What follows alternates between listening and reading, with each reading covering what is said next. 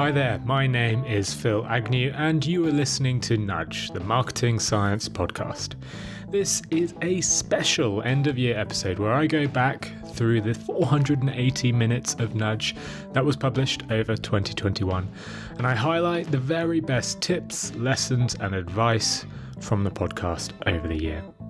In today's show, you'll hear about how to improve your positioning with April Dunford, how Grenier would differentiate a brand, and why Adam Ferrier adds negativity to his marketing.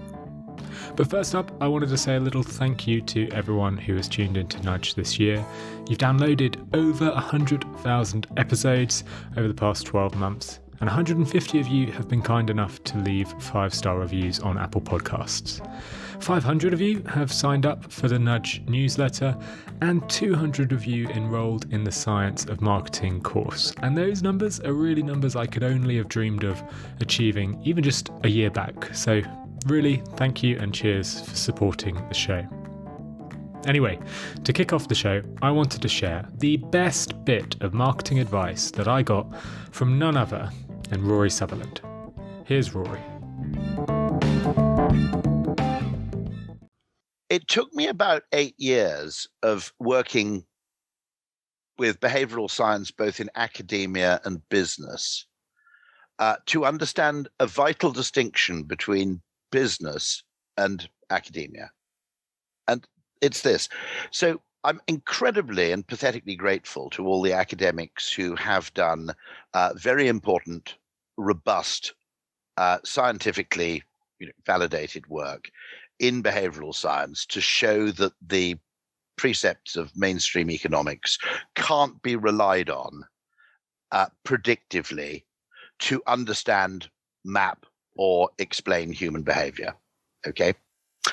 But there is a difference, which is it suddenly occurred to me a few years ago that in science, to pursue your career successfully as a scientist, you have to be right. You have to be demonstrably right. In business, you just need to know where your competitors are wrong. And one of the reasons, oddly, is that in a sense, science is a pursuit which tries to increase the amount of certainty in the world, which runs counter to my own temperament and self-interest, which is the reason I value behavioral science is because actually it argues that we should acknowledge that there is much more uncertainty in the world than we like to think. We should be much less confident about economic models. We should be much less confident about market research. Okay. We should be much less confident about using past behavioral data to model the future. Okay, those are the three things that business and government and policy making tend to use in seeking to understand human behavior. Okay, it's asking people, market research, it's looking at what people do already and projecting forwards. That's essentially, modeling, or most of transport investment works that way. And then the third one is basically using the precepts of neoliberal economics to assume that people are naive utility maximizers who will always buy, the best product at the lowest possible price. Okay. And when you get people to acknowledge that there may be more uncertainty than they like to think or that they've conventionally thought, it doesn't guarantee that you'll be successful in and of itself. What it does do is it massively increases the possible creative solution space, right? Once you admit psychological solutions to the armory of possible problem-solving tools, the scope for creative imagination and imaginative testing goes up enormously. And the greatest value, I think, of behavioral science ultimately is not that it provides you with answers, it's that it encourages you to test much more widely than conventional logic would suggest.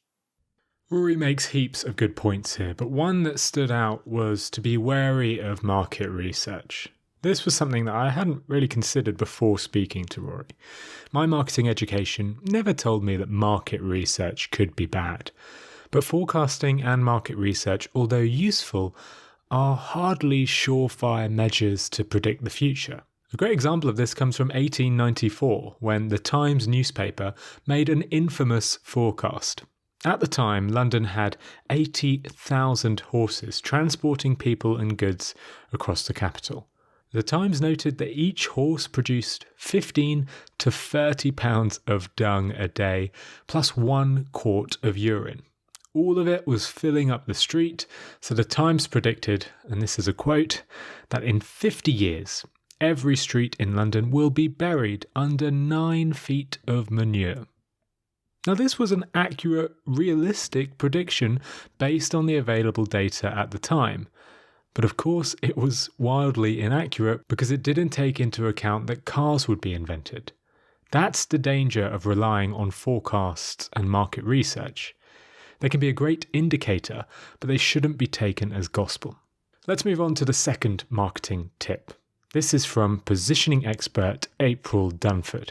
Here, April explains how to effectively position your product. Sure. Well, positioning, it is a really misunderstood concept. And when you think about it, that's kind of surprising because it's not new. It's been around since the 80s, and you would think that we would know what it is. But my experience is if I get a room of senior product people or senior marketing people together and I say define positioning, I get a dozen different answers. And I think part of the confusion comes from the fact that positioning is made up of a bunch of component piece parts, and we can talk a bit about that. But when I talk about positioning, I generally start by talking about what positioning is not. And people are often surprised. So I'll say, yeah, positioning, you know what? It's not the same thing as messaging. It's not the same thing as your tagline. It's not the same thing as your vision. It's not the same thing as your why as a company. And my personal pet peeve is brand positioning. I get that one the most. They'll say, yeah, positioning, brand positioning. And I'll be like, there's branding and there's positioning, and those two things are actually really, really separate. I think that people confuse positioning with things that you do with positioning immediately once you have it, or outputs of positioning, but you kind of got to get positioning first to do any of those things. Like, how do I do branding if I don't know who the branding is for and what value you're trying to embody? My definition of positioning is, it kind of goes like this. So positioning defines how your offering is uniquely qualified to deliver some kind of value that a well-defined set of customers cares a lot about. Now, I wish I had a more succinct way of defining it because that's a bit of a mouthful, but I'm trying to capture 5 things in that definition. This is positioning will define who is your competitive alternative is. So who do you compete with? It defines how you're different from those competitors in terms of your capabilities. It defines what your differentiated value is. It defines who exactly is this value important to? So what's your ideal customer profile, or who are you targeting? And then the last thing is your market category, or what market is it that you intend to win? Positioning defines those 5 things. We can't do anything in marketing and sales until we have a crisp definition of those 5 things. That's what positioning is. Since listening to April's definition, I've had a much better grasp of what good positioning looks like, and I've started to spot examples of companies who take April's advice to heart and really nail their own positioning. Take Loom, for example. Now, Loom are a browser-based video and screen recording software. They are in the video recording industry, so they could talk about all the things video recording tools usually talk about and all the things that video recording tools have. For example, they could write a message like, best-in-class video quality and 15 hours worth of storage. That would be the conventional way of talking about that industry or products in that industry. But they don't use messaging like this. See, they understand that positioning is about going after a specific market that can significantly benefit from your offering. Their specific market is busy business professionals who want to explain something to someone but don't have the time, so instead do a quick screen recording or video recording. So, to capture this market, Loom's messaging is faster than typing an email or meeting live. Now, this is the same product as other video recording tools, but it has vastly different positioning. and it's enabled them to stand out to their target audience. And today, over 14 million busy professionals pick Loom, more than any other video and screen recording tool. And here's another example from the company Patch. Now, Patch sell houseplants. They've positioned themselves uniquely by targeting people who love plants but who struggle to keep them alive. So rather than saying houseplants for every room, they say almost unkillable houseplants and houseplants made easy. It's a subtle change to their messaging and positioning that makes Patch much more appealing to their target audience. Now, of course, we can't mention positioning without talking about differentiation. Both Loom and Patch are successful not only because of their positioning, but because of that subtle differentiation as well, which leads nicely onto my next tip. This is from differentiation expert Louis Grenier. Here's Louis explaining his approach to differentiation and him walking through something he calls radical differentiation. Yeah, it's just a way to be different and compelling for a specific group of people. So it's basically the statement, we are the only company that does that for that specific group of people. That's what it is. And so you can claim the fact that you're the only one in the world doing that. The mistake that people make when they go through differentiation is they think we need to be the only one. But no, it's not about being the only one. It's about being the only one for a group of people that does this specific thing. So for Everyone Hates Marketers, the statement will be the only marketing podcast for people sick of marketing bullshit who want to learn, actionable strategy to grow. I'm the only one who can claim that. And through that, then you take some risk by going all in for this minimum viable market that can sustain you for a long time. This minimum doesn't mean it's too small. It means it's the right size. And this group of people is congruent, meaning they have something in common, and it's not demographic. It's mostly a psychographic trait. Like they want to do something, they want to reach a goal, they want to solve a pain, but it's very acute. They really are dying for a solution like yours. So you become the de facto only solution for them only.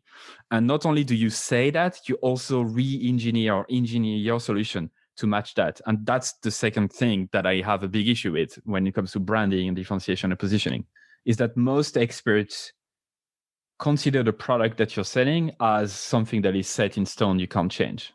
And I hate that with a big passion, because marketing has lost its seat at the leadership table for this type of thinking, because people think promotion equal marketing, marketing equal promotion and ad.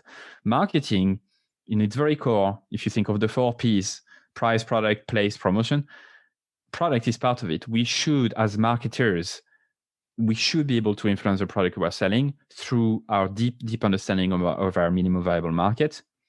And differentiation starts with that. So when I teach differentiation, when I do it myself with clients and whatnot, the main thing is to be able to say, we have obsessed over a specific group of people. We know their needs very well. Now let's re-engineer the product so that it really matches everything that they want. Let's remove the fluff, focus on that, and become the only.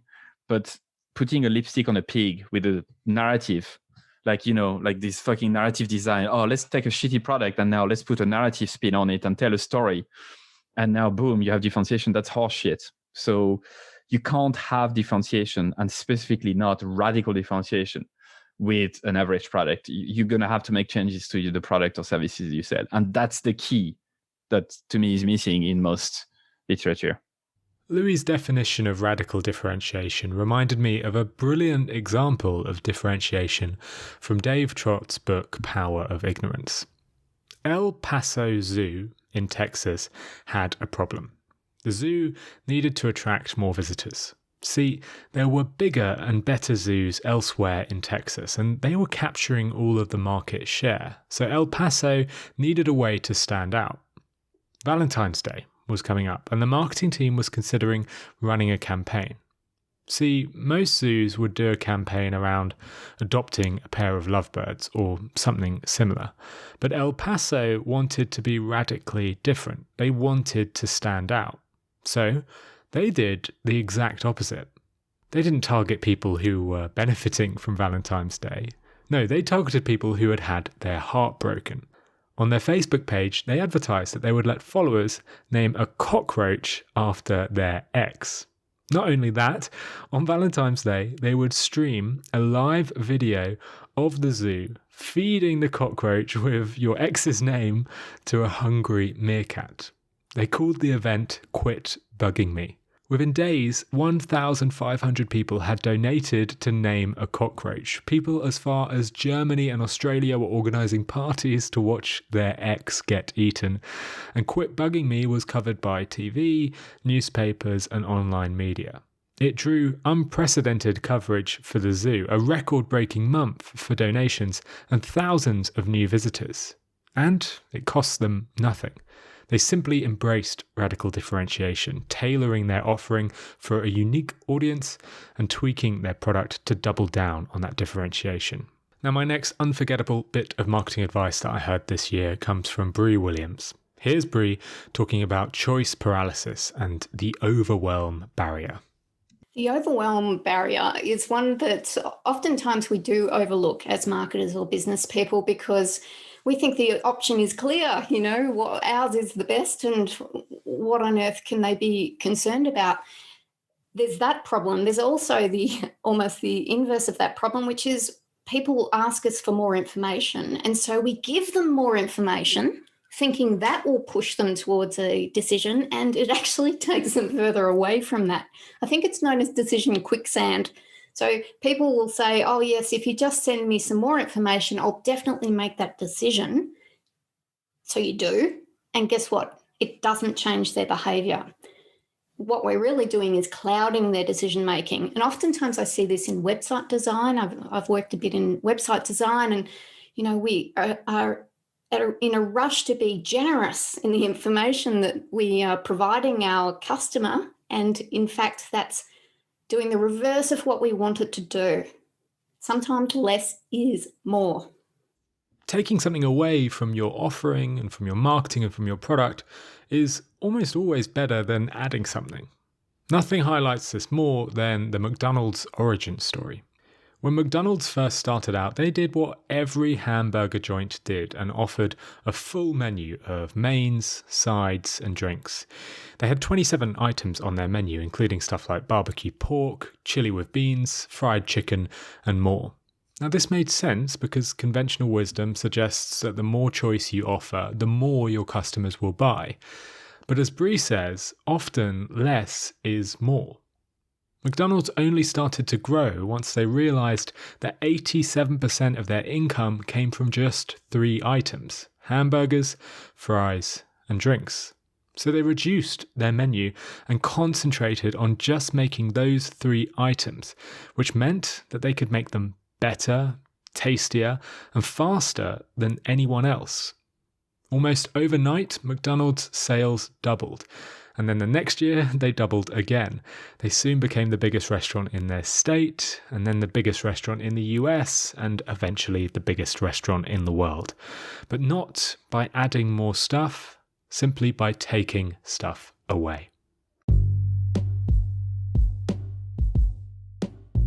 Hey folks, quick break in the show here just to tell you a little bit about today's show sponsor, Wisdom. Wisdom is an app where you can go and listen to live conversations on topics that matter. It's a pretty cool app. You just download it, set up your username, and you can start listening to all sorts of interesting topics straight away. Anyway, I'm going to host a conversation on Wisdom tomorrow, so that's the 4th of January at 5 p.m. GMT. I'll be chatting about how I started Nudge, some of the tips I've learned from running the show, and just have an informal discussion with some of you listeners. All you need to do is go and download Wisdom, create an account, just takes 30 seconds, and then follow me. My username is Phil with 2 L's, so Phill. I've left a link to follow me in the show notes, so you can just click there. So hopefully a lot of you can join me on Wisdom tomorrow, 4th of January at 5 p.m. GMT. We'll see you there. Anyway, back to the show. Anyway, on to my penultimate bit of marketing advice, and this is from consumer psychologist Adam Ferrier. He taught me about the negativity bias. Here's Adam. Marketing is obsessed with creating pleasurable experiences, and what we know in other areas of popular culture, i.e. entertainment and politics, is that creating negative experiences And talking about negative themes, it can often get much more attention. So if you're a publisher, if it bleeds, it leads. If you're a politician and you're in opposition, you attack and you try to take down your opponent. And it's kind of, I guess, at a fundamental level, due to something which I'm sure your listeners will be well aware of, which is the negativity bias, which is when we experience negative stimuli, we pay much more attention to that negative stimuli and we code it more deeply. And so in the world of publishing, in the world of entertainment, we kind of know this. Yet in the world of marketing, we kind of ignore this because we've historically been really interested in presenting this glib, semi-perfect, aspirational view of people's lives and trying to play that to people. Whereas, and I think more and more now, people are calling bullshit on that and saying, that's just crap. And if you can do something negative, or if you can be a bit dark, or if you can present something imperfect, then it's much more likely to get attention and potentially be coded more deeply. I came across this, about 5 or 6 years ago. There was a behavioural economist called Bubba Shiv who was studying imperfection and blemishing in marketing, and did, I think it was almost like 9 years ago now, but did a kind of a study where he purposely blemished various products, and what he found was people's preference for those products went up when there was a blemish or some kind of imperfection on those products that was peripheral to the actual reason why they were buying it. So the packaging might have been slightly dented, or there might have been bad parking available at a particular restaurant or something.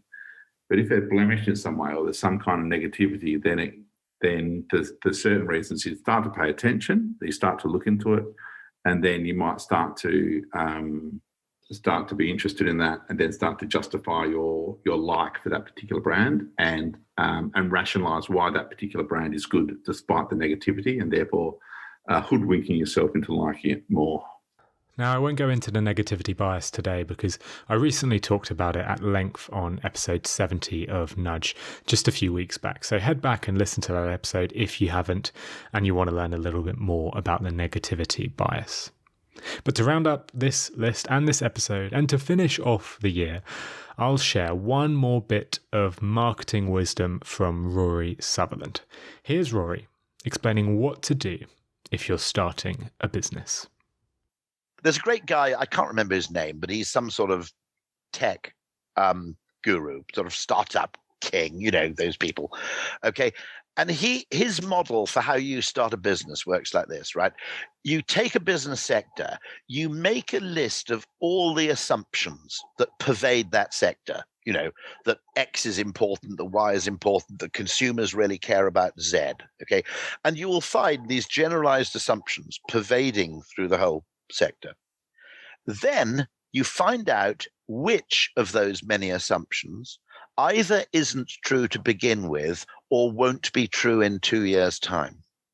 And now, when you've discovered what everybody else is wrong about, you've got a business opportunity, And that's why I think most of the kind of billion-dollar businesses we see, the startups, are actually logically nonsensical.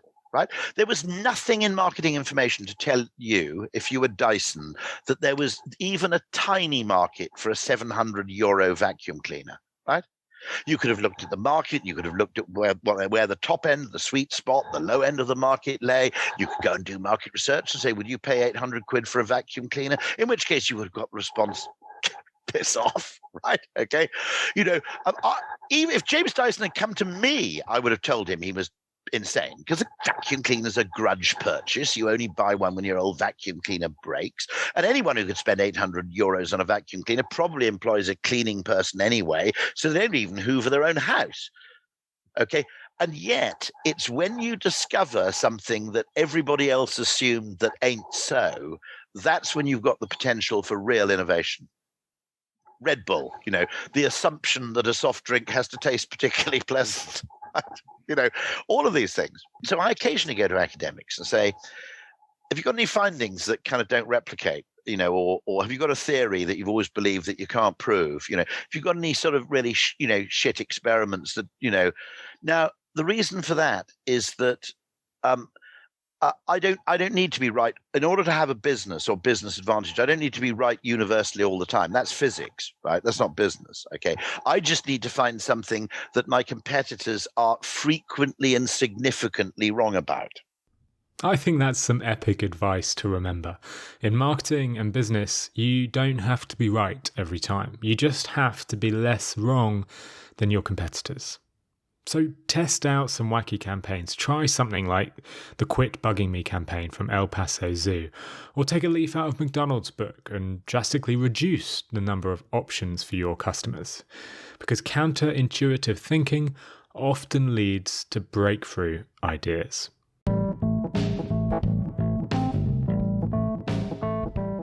Alright folks, I really hope you enjoyed this episode of Nudge, and I hope you've enjoyed all the shows that I've published this year. As many of you know, Nudge is just a solo project. It's only me working on the show in my spare time. So if you have appreciated listening to the show over the year, do let me know by leaving the show a review wherever you listen to podcasts, or by reaching out directly to me and letting me know. Hopefully you found these tips useful. If you did, then the very best thing you can do now is to sign up to the Nudge newsletter. On the Nudge newsletter, I send out concise examples of companies applying behaviour science to their work. These are examples that are fascinating, they're insightful, and you'll want to steal them. If you sign up, you'll learn about how Snickers doubled their sales with anchoring, how the Helsinki Tourism Board convinced thousands of tourists to visit with a little bit of the negativity bias, and many, many more tips that I send out every 2 weeks. The link to sign up is in the show notes, or you can head to nudgepodcast.com and hit newsletter in the menu and you can sign up there. I'll be back, of course, next year with lots more Nudge for you. I've got an interview with Lisa Feldman Barrett on debunking myths about the brain. That's a cracking interview. I chat with the authors of Poles Apart, and they tell me the science behind convincing people. And I chat with Vanessa Bonds on influencing others. These are all cracking episodes coming up, so make sure you're subscribed so you don't miss them. All right, that's all for today. Cheers for listening to Nudge.